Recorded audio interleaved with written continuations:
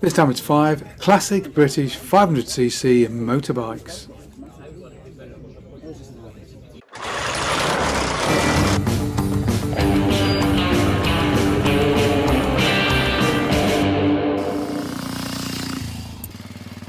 Before the 1960s, when the demands of the American market pushed the capacity of motorcycles ever upwards, the British industry was dominated by the 500cc motorcycle. For most people, the 500 was the ultimate sporting motorcycle.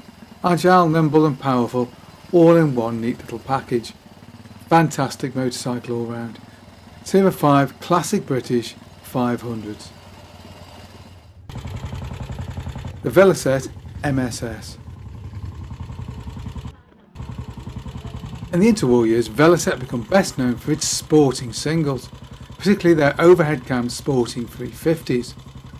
But these were expensive to produce, and within a few years at the end of World War II, production of the road-going KSS overhead cam model was stopped, simply because the company realised they could get the same performance from their overhead valve units at a fraction of the production costs. Velocette's high cam overhead valve motor appeared in the early 30s in the form of the MOV and the MAC, the MOV being a 250 and the MAC being a 350. And in 1935 they effectively enlarged the MAC to 500cc to create the MSS. The machine shared its frame with the MAC, but it had sidecar lugs fitted because sidecar use was still very common at that time, especially with 500cc machines. The machine also came with optional panniers because the MSS had been developed very much with the touring motorcyclist in mind.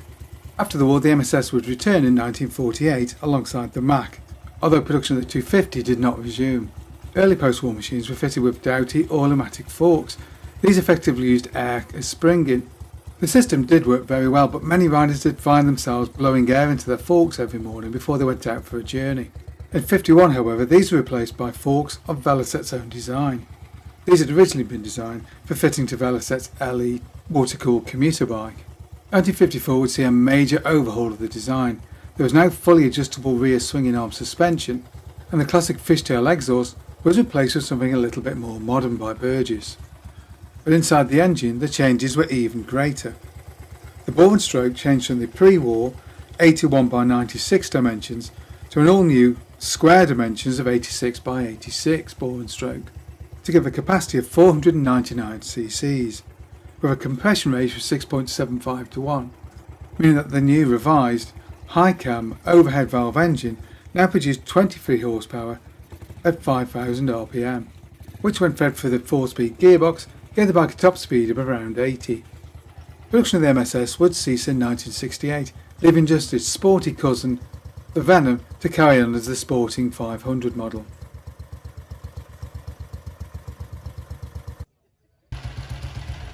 The BSA B33. Like so many British companies, BSA has a long tradition of producing 500cc single-cylinder motorbikes. In 1945, BSA introduced their B31 350cc single. This was soon followed by the B33 500 model. Initially, of course, both machines used rigid rear suspension, although this would soon be supplemented by versions with plunger rear suspension as an option, with full swinging arm rear suspension arriving across the range in 1954. For sidecar work, BSA put the B33 engine into a heavier frame that was a bit more rigid, and this model was the M33. B33 was never really intended as a sports mount. It had a built-up crankshaft and all cast iron engine, both head and barrel. There was of course dry sump lubrication and a 4-speed foot gear change in a 1-up 3-down pattern. And the engine was of course a traditional British air-cooled overhead valve single cylinder thumper with a bore and stroke of 85 by 88 giving a 499cc capacity. Compression ratio was 6.8 to 1 and the bike was fitted with a 1 1/16 inch AMAL carburettor. The bike weighed at 374 pounds and had a top speed of 81 miles an hour. To slow the whole plot down, there were 7-inch single leading shoe drum brakes front and back. The machine was fairly typical of the bikes of the period, so a fairly low compression ratio of 6.8 to 1 gave a peak power output of just 23 horsepower at 5,000 rpm, so very similar to the other singles you'll find in the video. Although of course because of the size of the company, BSA was able to price the machine very competitively, so the B33 was a big seller of its time. But unfortunately by the end of the 50s, the time of these machines was running out. Because small cars like the Mini and the Ford Popular were poaching many of their customers, and more importantly, suppliers such as Lucas were ending production of their old mag dyno systems, moving the companies onto alternator and coil and battery ignition systems.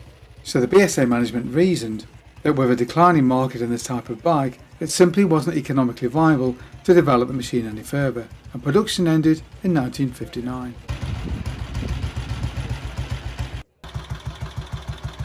The Norton ES2. Norton was another one of those companies with a long history of producing 500cc single-cylinder machines for both race and road.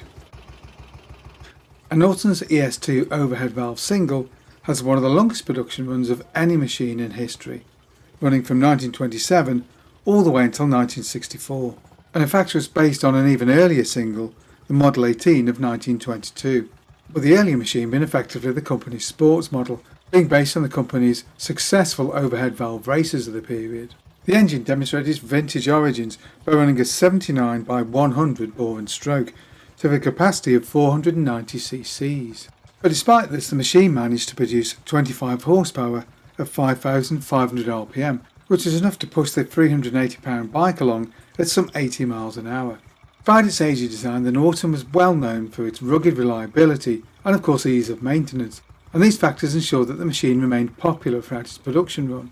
From 1947 onwards, the machine was fitted with Norton's excellent Norton road holder forks, and from 1953 there was a swinging arm frame too. However, 1959 would see major changes. The machine was fitted with a new featherbed frame and an AMC gearbox too.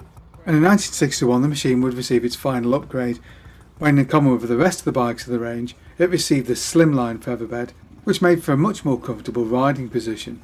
And so the machine would remain virtually unchanged until end of its production in 1964.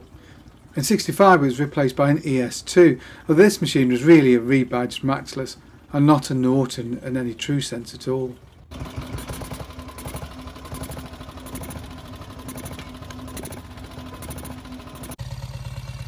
The Sunbeam S7 and S8. Founded by John Marsden in 1912, Sunbeam is one of the great old names of the British motorcycle industry. However, after his death just after World War I, the company would pass through a few owners, including Nobel Industries, that's right, the dynamite guy, and that company would later be ICI or Imperial Chemicals. And it was during this period that Sunbeam really built up a reputation for excellent build quality of machines that were slightly traditional in nature, or if you're being more unkind, you could say slightly old-fashioned. However, in 1937, ICI would sell the company onto AMC, or Matchless motorcycles as they were at that time. And these would develop a whole new range of machines specifically for Sunbeam, with high-cam single-cylinder engines of 250, 350 and 500 cc's. Unfortunately, these machines did not have long to establish themselves for the advent of World War II, when all production would cease, and then AMC made the decision to sell the company name on to BSA Group. BSA bought an engineer, Earling Pope, who designed for them an inline twin engine, which interestingly featured a non-cross-flow head like a car engine at that time, with valves actuated by a single overhead cam, had shaft drive and was fitted into a new chassis with plunger rear suspension. And the car-like theme was continued with wet sump lubrication and battery coil ignition systems. There was no doubt that the machine specification was aimed specifically at BMW and that luxury touring bike end of the market. And the styling of the original S7 version was very noteworthy too, being fitted with large balloon tyres, which would be very familiar to anybody who's used to riding bobbers today, but back in the 1940s it just seemed rather strange. But unfortunately the bike was not without its problems. The machine suffered excess vibration, which meant they had to rubber mount the engine, and the bronze worm drive in the rear hub wore very rapidly. But unfortunately BSA seemed to have lost interest in the design and simply detuned it to 25 horsepower. But unfortunately sales were very slow and the bike was discontinued in 1956.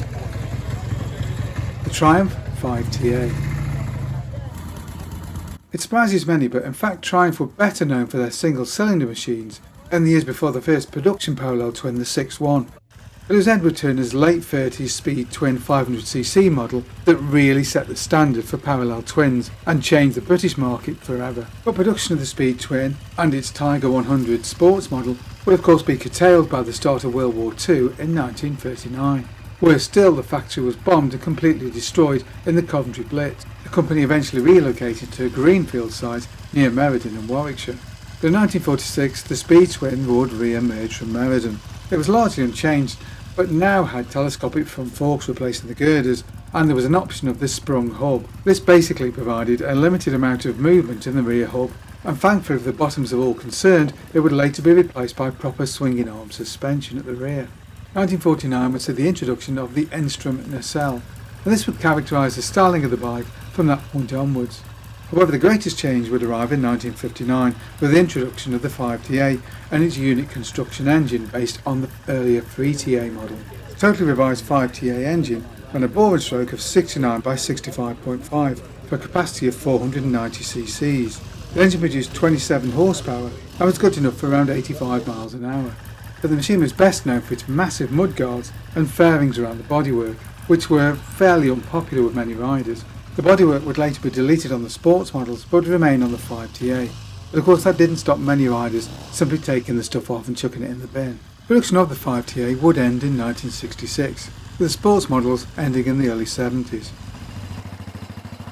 What other collections of bikes would you like to see in another video? Maybe you've got a bike that we can use for a test ride. Either way, get in touch. Hope you enjoyed that video. If you did, don't forget to like and subscribe, and of course, thank you very much for watching.